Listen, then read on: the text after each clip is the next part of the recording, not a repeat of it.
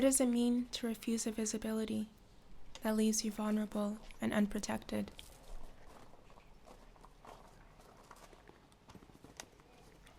In 2018, I meet Dionne. Her book, The Blue Clerk, is a collection of versos, left-hand pages that the narrator has withheld over years. The first page reads, "I have left this unsaid. I have withheld more than I have written. Evergreen and deciduous, incurable and uneasy, and like freight.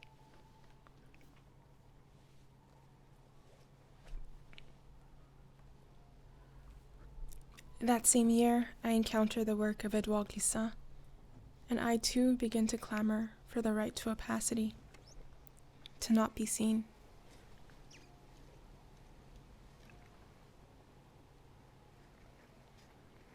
In 2019, I gather the fragments of a broken self, and I piece them back together.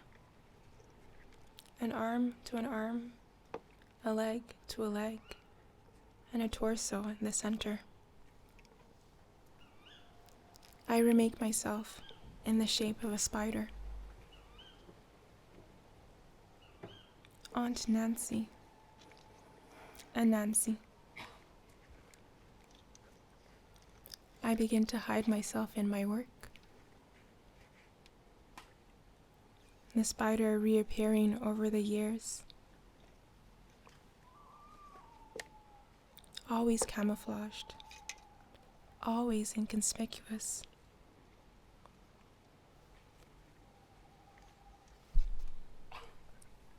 I wait for the audience to find me, knowing that they never will. When I meet Dionne in 2018, I thank her for letting me see this act of withholding as an act of agency, of choosing how and when to be seen.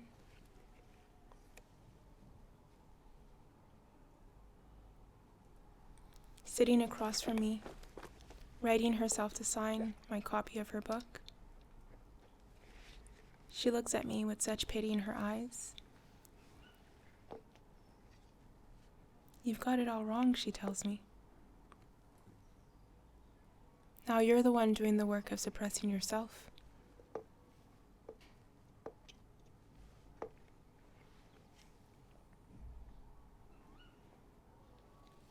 That year, alongside a portrait of me as a Nancy, I also hide the words, "I have withheld. I have been withheld."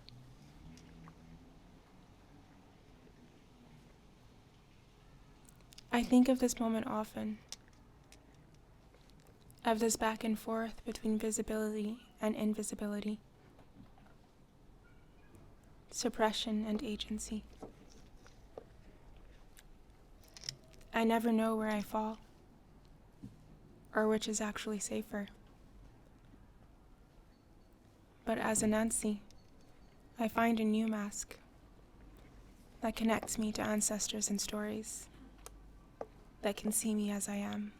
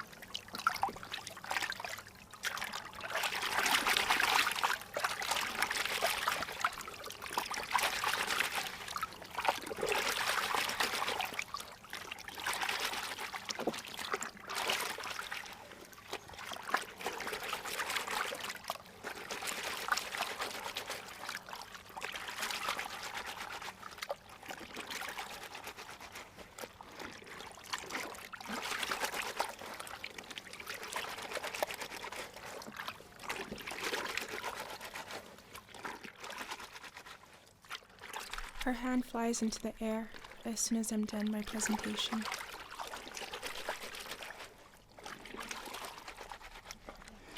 She looks around at the other art collectors gathered in the gallery, pauses, looks back at me, places her index finger on her lips, and stares. Her voice is light but assertive when she finally speaks. So what you're suggesting then is that we kill the slave masters. I feel the heat rushing to my cheeks. Embarrassment, but mostly anger.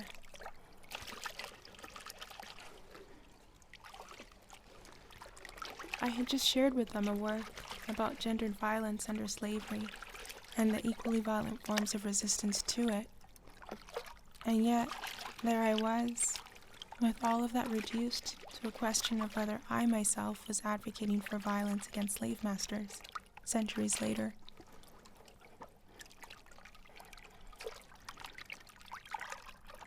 The question itself was facetious, unless she envisioned herself in the role of the slave master, and I, the enslaved person seeking revenge.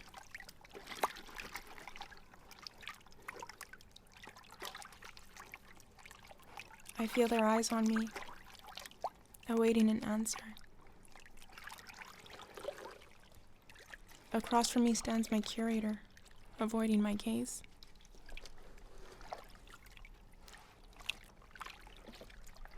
I begin by denying. Of course, that's not what I'm referring to. And then explaining. This is in reference to historical events. And then it dawns on me. This is a trap.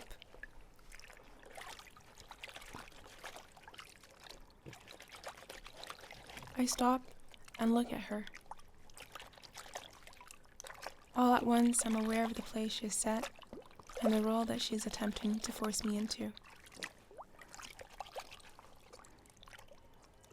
And I hear and I feel the silence,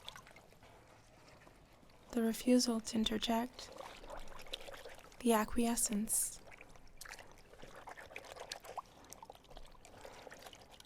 They tell me later that they chastised her after the tour, but in that moment, their silence leaves me in a position of having to defend myself, even with tears lodged in my throat. And I do.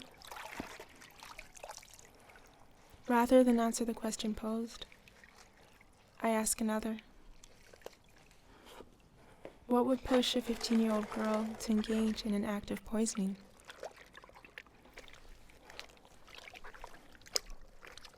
I know their names. I know their stories. Mineta, Daido.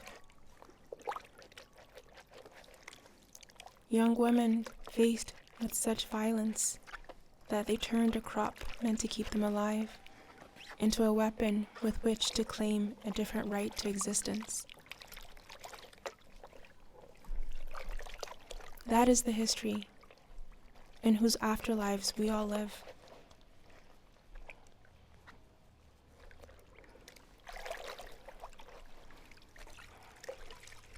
A year later, her question and that silence still stays with me.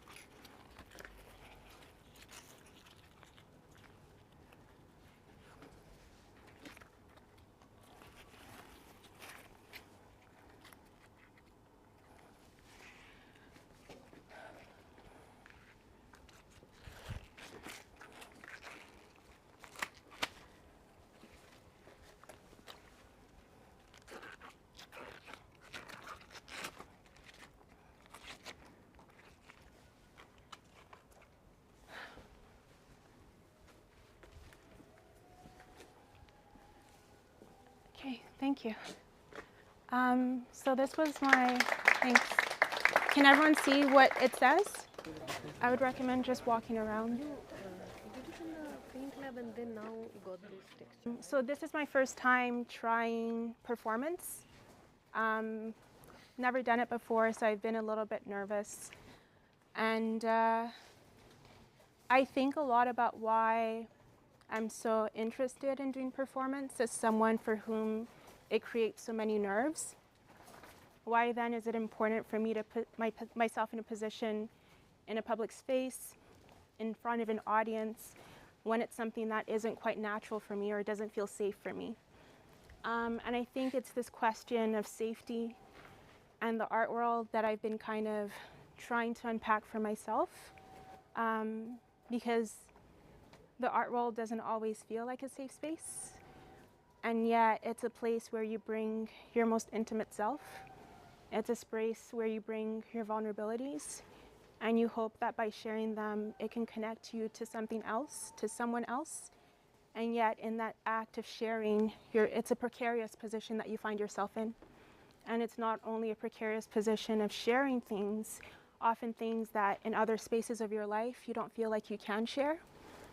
It's also a space of doing that within an environment that can actually really try and capture and tokenize and consume you. And so it feels like so many things clashing against each other. This desire to be seen and this understanding of what it means to be seen, this understanding of the power of visibility, and yet at the same time, the ways in which that becomes a trap over and over and over and over again, and yet still doing it.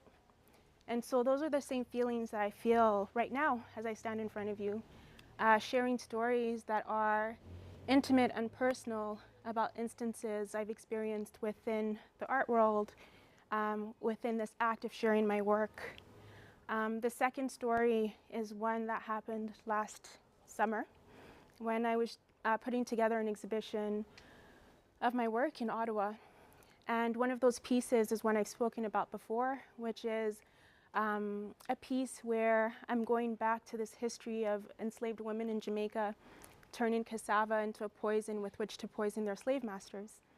And I had made that into a video work in which I performed those same gestures, I performed those same steps as a recipe. And in advance of the show opening, the curator had invited a group of art collectors to do an advanced tour before the show had opened. And so there was only one work that I had up at that time, and it was that video work. And I didn't know who to expect. I didn't know who was going to come for the tour. I didn't have a lot of time to prepare. But as they started to come and trickle in, I started to understand that it might not be the kind of experience that I might want for myself. I soon found myself in a room, this old Black woman, with a group of about 10 or 15 art collectors who are older, white, and had more power ostensibly than I did in that particular time and space. And I shared with them a work that was very intimate and powerful for me, but also one that I knew could make them feel on edge because of the thematics and because of the history. And as soon as I finished sharing the work in a way that I felt best conveyed the truths of the work, which is resistance against violence, acts of oppression against Black women, the first question I got, which is what I talk about in the audio, is a woman who raised her hand and asked me if what I was advocating for was killing slave masters. Despite the fact that this was in 2024, there are no slave masters for me to be advocating such kind of revenge against. It was a question that was meant to put me on the defense, a question that was meant to make me feel powerless, a question that was meant to make me feel like I had to explain myself. And I think what was hardest about that particular situation wasn't just the question, but also the lack of support in the room from the other art collectors and from the curator. And so it's a work about the way in which Black women, and oftentimes young Black women, the stories I was reading were about 15-year-old girls who as a way of fighting back against, again, unimaginable violence, took to poisoning their slave masters, all of a sudden I had to defend myself for talking about those stories. And there was no one there to defend me. And so it felt like so many levels of, I don't know, lack of protection. And I think about that moment often, not in the sense that that is all that the art world is, but in the sense that it is a position that a lot of Black women find themselves in the art world. And so I want to pause there and kind of like, I would love for it to be a conversation as well, because I am sharing something quite intimate. And it is a question about how do we make these spaces safer for these kinds of stories, for these kinds of experiences, so that we're not left to constantly be the ones to speak up for ourselves in situations where that's the last thing that we want to do. We want someone to step in for us. And so I'd love to hear if anyone has had, has any thoughts about what I've just shared, about the experience, about safety in the art world. Yeah. Thank you so much for sharing this experience. I mean, also being a visibly, like racialized and queer person in this industry, although I think the forms of violence and extraction that I have personally went through, I mean, it might not be identical to that of yours, but I definitely, it comes from the same body of power and the same economics. And I think that experience also had like a very crucial context that informed basically everything that I'm exploring here. Yeah. But I think one of the goals that I have during this residency is not to let them let the processing of those experiences as a mere depiction of what I experienced, but obtaining or attending to certain dimensions of undercommons, so that your experience of exploitation can also align to that of mine, and also that we can create a meaningful,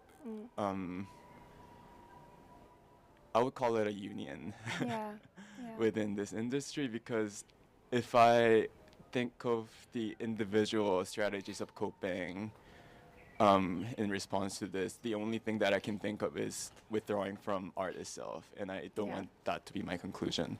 So let's keep this conversation open and ongoing. I love your work. Thank you so much, Noam.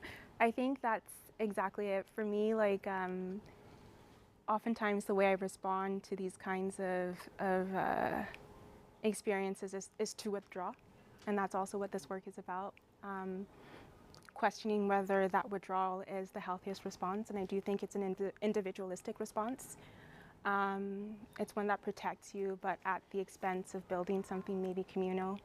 I wanted to engage in this kind of performance because of the kind of metaphor of washing dirty laundry or airing dirty laundry. And so it's that idea of the things that we're not supposed to share in public, the things that you're meant to keep inside, that are shameful, right? And I think that shame is one of the most problematic and kind of disruptive emotions, because it keeps you so small and it keeps you from actually reaching out as well.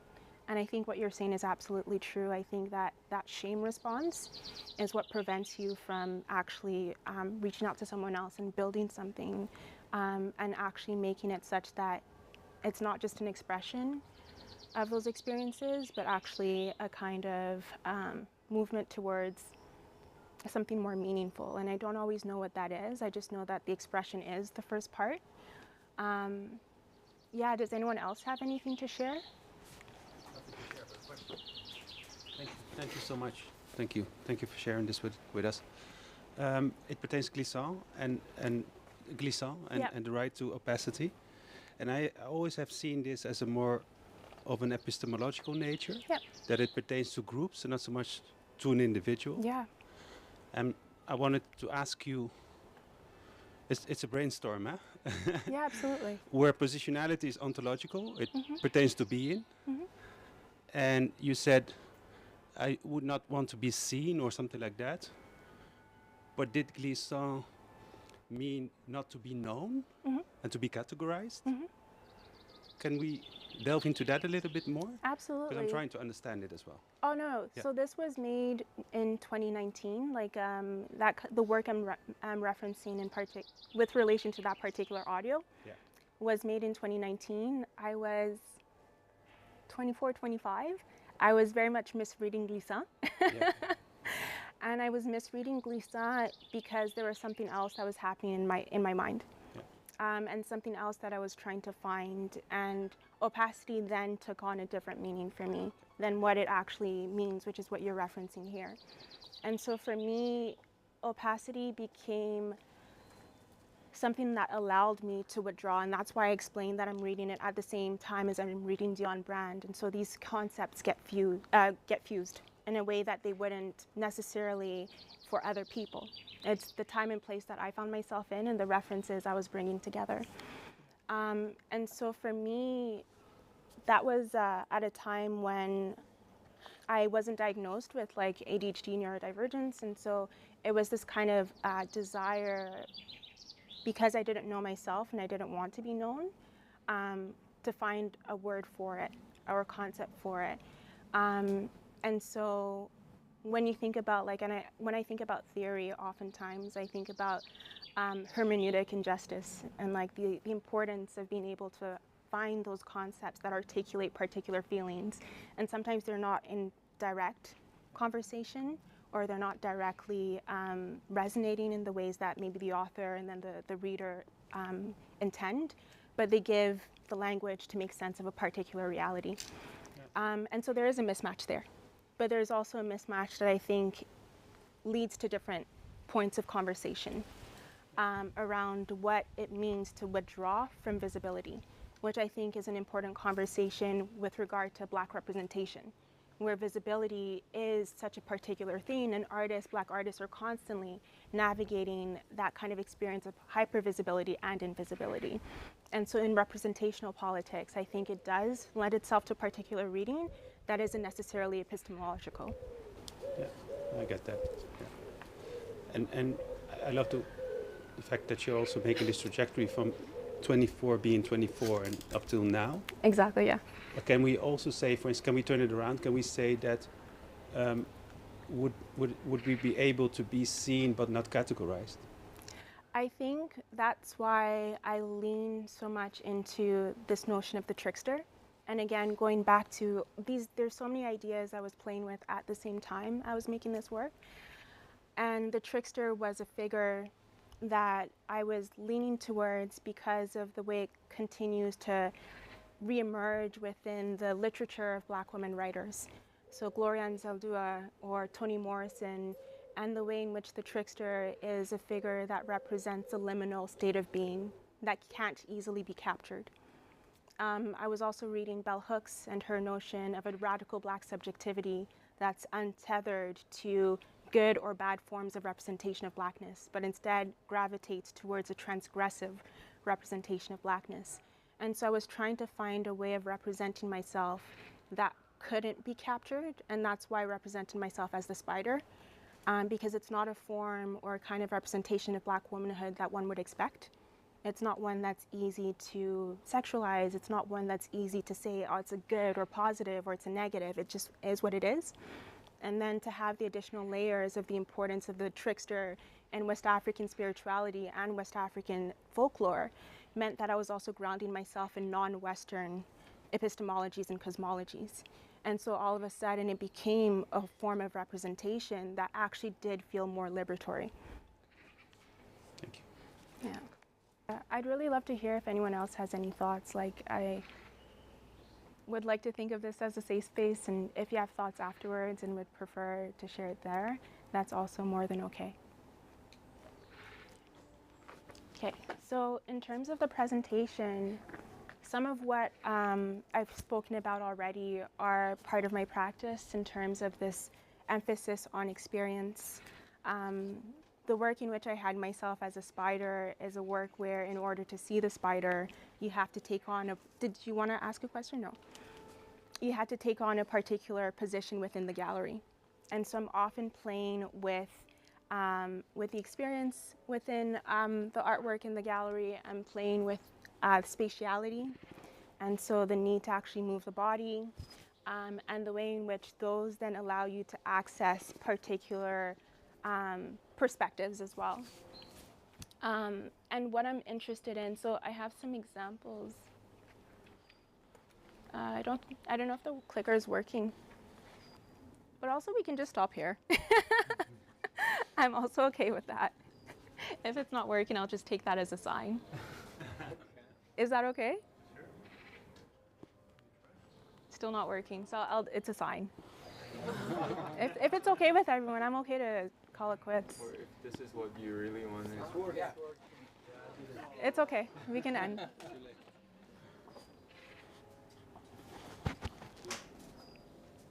I'm actually okay to end here. Yeah.